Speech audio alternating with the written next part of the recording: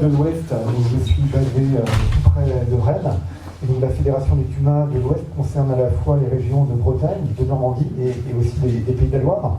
Alors aujourd'hui, je vais vous présenter une partie de nos travaux sur l'usage des données captées à partir de boîtiers tels que celui-ci. Alors c'est un boîtier qui se pose sur les matériels.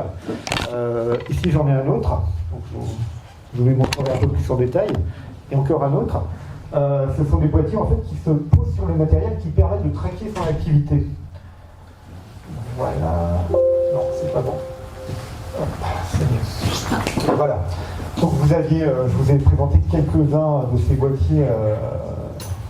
Et voilà, vous en avez d'autres. Vous avez notamment Carnot qui est présent aussi sur le marché, 365 Farnet, et on a récemment une filiale de Total qui arrive aussi avec le boîtier FindIt. Et on a également donc Camtagogo qui est présent, vous pourriez aller les voir tout à l'heure, avec son boîtier qui permet de recueillir de la donnée d'activité sur le matériel. Donc ces boîtiers sont destinés avant tout à l'usage qui est fait par les CUMA. Alors les CUMA, déjà, qu'est-ce que c'est une CUMA? Une CUMA, c'est une coopérative d'utilisation de matériel agricole. Ce sont des agriculteurs qui achètent et qui utilisent en commun du matériel.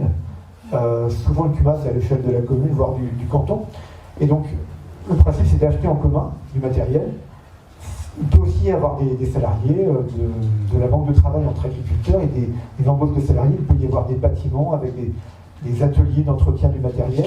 Donc la CUMA c'est avant tout un cadre légal dans lequel les agriculteurs utilisent des matériels afin de réduire leurs charges de mécanisation. Ça leur permet aussi d'accéder à des technologies récentes et ça permet aussi donc d'optimiser la réalisation des chantiers agricoles. Alors le problème qui est posé en fait, ça vient du fonctionnement des CUMA. Pourquoi est-ce qu'on va utiliser ce genre de boîtier dans les CUMA? C'est tout simplement parce que effectivement les agriculteurs achètent en commun du matériel et ce matériel est refacturé à chacun d'entre eux en fonction de l'usage réel qui est fait de ce matériel. Donc on imagine on achète un semoir. Ce semoir se verra refacturé au cours des saisons en fonction de l'usage du nombre d'hectares effectués par chacun des agriculteurs. Donc bien souvent, cet usage pour un semoir sera facturé à l'hectare réalisé. Si on est sur une remorque, ce sera au kilomètre. Si on est sur un roule-balleur, on sera au nombre de bottes pressées. Et l'enregistrement de ces données, aujourd'hui, traditionnellement, il se fait tout simplement sur les carnets papier. Les carnets papier qui sont souvent mis dans une petite boîte métallique qui est sur le matériel. Donc là, beaucoup de saisies papier avec des enregistrements qui se font effectivement de manière manuelle. Et puis un carnet qui est laissé sur le matériel qui peut prendre l'eau. Il peut y avoir des escargots qui vont aller grignoter le papier. Et puis surtout, il faut reprendre manuellement ces données, les ressaisir manuellement.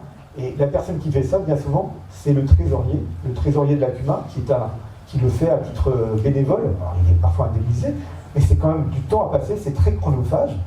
Et on verra tout à l'heure qu'en termes de lignes, ça représente beaucoup de ressaisies. Voilà, donc en fin de saison, effectivement, on a une reprise des données, des carnets sur le logiciel de facturation qui est un logiciel aujourd'hui en ligne. Voilà, alors pour vous donner quelques indications au niveau des CUMA de l'Ouest, voilà le parc matériel, quelques chiffres. On a 2053 tracteurs, on a 516 ensileux, 702 masse-bat, 2037 tonnes à lisier. Donc ça, ce sont des chiffres à l'échelle de l'Ouest. Et au niveau du nombre de CUMA, on a 2400 CUMA sur les 14 départements de l'Ouest. On a 12 000, un peu plus de 12 000 à l'échelle France. 55 000 agriculteurs en CUMA dans les CUMA de l'Ouest. Et on a aussi 1000 salariés. Alors les chiffres intéressants à retenir, c'est surtout cela. On a 40 matériels en moyenne par CUMA, environ 25 adhérents, pardon. Donc vous imaginez déjà le nombre d'adhérents, le nombre de matériels, et puis il faut se dire, si on fait un semis, on n'a pas qu'une parcelle à semer, donc il y a plusieurs chantiers de semis qui sont faits. Donc vous imaginez bien que ça génère tout au long de l'année un grand nombre de lignes de facturation à ressaisir manuellement. Donc du temps à passer, du risque d'erreur. Et donc l'idée pour nous dans le réseau CUMA, alors le réseau CUMA, ce sont à la fois les CUMA et les fédérations qui les accompagnent, c'est de mettre plus de numérique, plus de digital, plus de services au service des responsables de CUMA.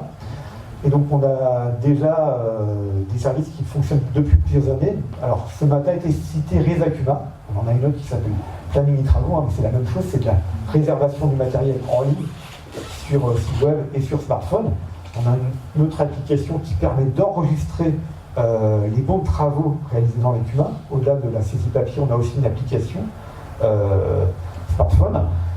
Et on a aussi des échanges avec des startups, des offreurs de solutions techno, tels que, on l'a dit, Carnot, Kentag ou Samsys, des gens qui ont développé des boîtiers connectés. Donc ces gens-là, on les a accueillis on va dire à bras ouverts lorsqu'ils sont venus vers nous en leur disant, quand ils nous ont dit on a une solution technique là, qui vous permettrait de faciliter la vie de vos agriculteurs responsables. On a accueilli à bras ouverts leur proposition. On avait aussi vu qu'il y avait le développement de tout ce qui est IoT, Internet des objets en agriculture. Hein, donc c'est arrivé dans le milieu des années 2010, surtout 2015-2016. On a vu vraiment l'émergence de ces solutions qui arrivaient. On voyait qu'il y avait les solutions de télémétrie embarquées. Alors ce matin, il a été question de données générées par les tracteurs. Effectivement, quand vous avez un tracteur, une moissonneuse, une moissonneuse, ça génère de la donnée. Et on s'est déjà dit dans un premier temps, qu'est-ce qu'on pourrait faire de ces données-là? Alors, effectivement, on a regardé, mais ces données, elles sont surtout générées dans un but de production de données pour l'entretien, la maintenance préventive des machines. On a aussi entendu tout à l'heure que ça permettait de générer des cartes de rendement, c'est vrai. Mais en tout cas, en termes de gestion de l'usage collectif des machines, c'est pas vraiment pensé pour. Par contre, les gens qui sont arrivés là, avec des solutions telles que je vous présente, là, les Carnot, les Kentag, les Samsys, eux, ils sont vraiment arrivés avec une optique de répartition, d'affectation à tel ou tel agriculteur de ce chantier de semis, de ce chantier de pressage. Donc ça, c'est vraiment le besoin des CUMA auxquels répondent ces boîtiers-là. Et donc on les a vu arriver, on leur a proposé de mettre en œuvre ces solutions au sein de CUMA. Hein. Donc au cours des années 2017-2018, on a eu les premières solutions qui sont arrivées. Et on les a accompagnés, ces offreurs de techno, en les mettant en relation avec des responsables de CUMA, des salariés de CUMA. Et ils ont fait des tests, on a co-construit avec eux en quelque sorte leur solution. Et voilà, on a, à l'échelle du réseau des CUMA de l'Ouest, on a testé, voilà, vous avez un tableau un petit peu comparatif, on a testé 6 solutions. Voilà, là c'est un tableau qu'on a produit, c'est une sorte de benchmarking des solutions, au moins un descriptif techno. Alors, on a tout un ensemble de fiches, de références qu'on a établies. On a déjà essayé de caractériser comment la donnée était captée. Est-ce que c'est via un capteur GPS comme sur la plupart du temps, comme Carnot, Samsys, etc. Ou est-ce que c'est un compteur de tours? Là, j'ai le compteur de Kentag. Si je tourne cet objet-là, je ne sais pas si vous voyez, il y a une petite diode qui doit s'activer et qui m'indique que je vais compter des tours. Donc ça, c'est quelque chose qu'on rencontre souvent sur les matériels en CUMA, des compteurs mécaniques. Aujourd'hui, on a un compteur digital qui acquiert de la donnée, qui la transmet automatiquement. Voilà, donc on a décrit techniquement les choses, et puis on a vu aussi quel était l'usage réel qui en était fait par les agriculteurs, et quelle était leur capacité à utiliser les données pour la facturation. Parce que c'est bien le premier challenge, faciliter la facturation dans les CUMA. Voilà, donc on a un ensemble de fiches et de références qui sont disponibles au sein de nos réseaux. On est en train de commencer à les diffuser là, à l'échelle un peu plus large. Voilà, alors important à dire, hein, ces travaux, on les a menés en relation avec les CUMA, mais aussi en relation avec des gens de Terrena, de la COP Terrena et de Synovia. Alors, on y viendra un peu plus tard, et on n'a pas uniquement travaillé sur les objets connectés type tracker de matériel. On a aussi travaillé sur des questions de données météo. Voilà, donc en tout cas, on a acquis la référence, on a évalué la capacité à répondre aux besoins des CUMA. Voilà, et on a vu qu'effectivement, le premier challenge, alors on y répondait, on peut, avec ces boîtiers, générer de la donnée, la transmettre, et faire en sorte de faciliter la facturation. Donc là, vous avez sous les yeux le tableau de bord qui est produit par les données du boîtier Carnot. Ces données, elles peuvent être transmises et servir à la facturation via une connexion à notre ERP. Et ce qu'on s'est dit dans un second temps, c'est qu'au-delà de la facturation, il y avait certainement d'autres valorisations à trouver de ces données. Et donc ça, c'est le second challenge sur lequel on est en train de travailler en ce moment, c'est comment valoriser les données pour du conseil. Et donc ça, c'est quelque chose qu'on travaille. Alors j'ai entendu parler de Salesforce, de choses comme ça. Nous, pour l'instant, on est vraiment en stade du POC. On est en train de travailler sur ce qu'on peut faire.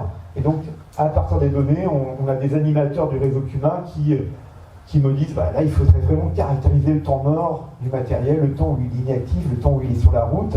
Donc, on est en train de construire des tableaux de bord. On le fait tout simplement sur Excel, avec des macros, avec des graphes.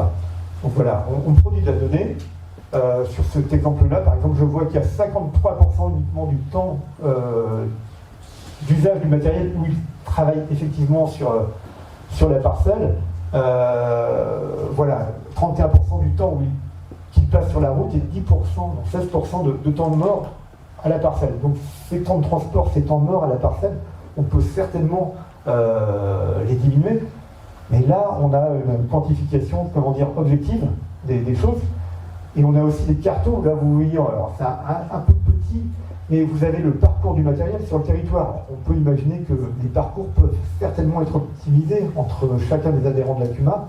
Et si on s'aperçoit au fil de l'année qu'on parcourt des distances importantes, l'idée c'est l'année prochaine, de la manière la plus rapide, essayer d'optimiser ces parcours en réduisant les temps routiers notamment. Alors voilà un autre exemple de graphique qu'on a essayé de produire, c'est voilà, sur une période donnée, on voit sur 3 ou 4 mois, les temps où le matériel a travaillé effectivement. Alors on peut imaginer que là on avait une période de beau temps, on est sur du pressage, là aussi, et là on avait sans doute beaucoup de pluie, alors j'ai un peu de mal à voir les dates, mais l'idée c'est vraiment de montrer ce qu'on peut générer à partir d'un tel tableau. Là, on a des données qui servent pour la facturation, ok, c'est très bien. Mais si ça peut nous aider au conseil dans les CUMA, c'est encore mieux. Donc l'idée, c'est vraiment de mesurer les choses de manière la plus objective possible, d'analyser, de produire des tableaux, des graphes, et derrière, d'être en mesure de faire du conseil aux responsables de CUMA, de savoir si effectivement il faut un landowner ou deux, ou est-ce que vraiment le 3D qu'on a acheté, là, on aurait pu éviter. C'est ce genre d'analyse qui permettent. L'idée vraiment au niveau des CUMA, c'est de réduire les charges de mécanisation et c'est aussi de faire en sorte que la facturation soit la plus équitable possible entre les différents adhérents. Donc voilà, on pense que ces boîtiers-là, on est convaincu que ces boîtiers-là peuvent nous aider à répondre à ces besoins-là. Et ce qu'on a aussi essayer de faire, et c'est pour ça que je soulignais le partenariat avec Synovia. On avait, dans un projet qui a démarré il y a 3 ans, et qui est en train de se terminer là, cette année, on avait équipé des agriculteurs adhérents de CUMA de stations météo, en lien avec Synovia. Et voilà, donc on a aussi croisé des données de stations météo avec des boîtiers Carnot. Alors, on a fait travailler un étudiant d'Unilassal, Rouen, sur ce croisement de données.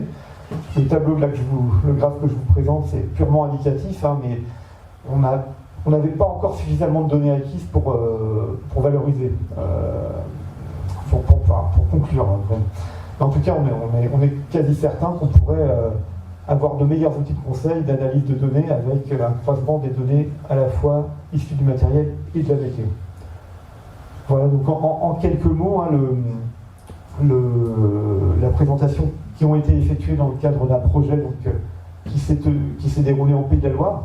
Et on a un projet assez similaire qui s'est fait en Normandie avec des partenaires qui sont Littoral Normand, donc les homologues de Synovia en Normandie, les fédérations de CUMA normandes et aussi donc Unilassal qui a contribué aux travaux.